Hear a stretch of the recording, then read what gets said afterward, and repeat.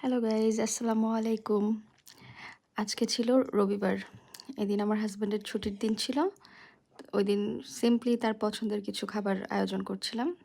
ছিল আয়োজনের মেনুতে ছিল গরুর মাংস ভুনা আর ভুনা খিচুড়ি।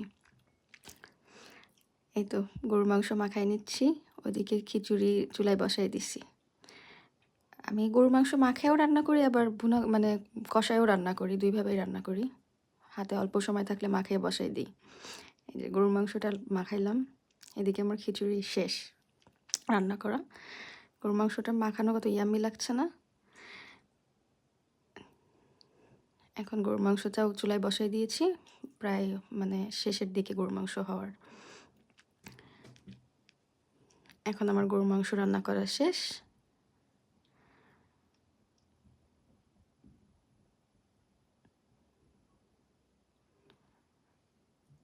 কত ইয়াম্মি লাগছে দেখে।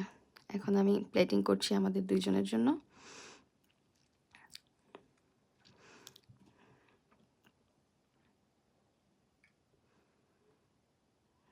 প্লেটিং দুজনের জন্য বেড়ে নিয়েছি।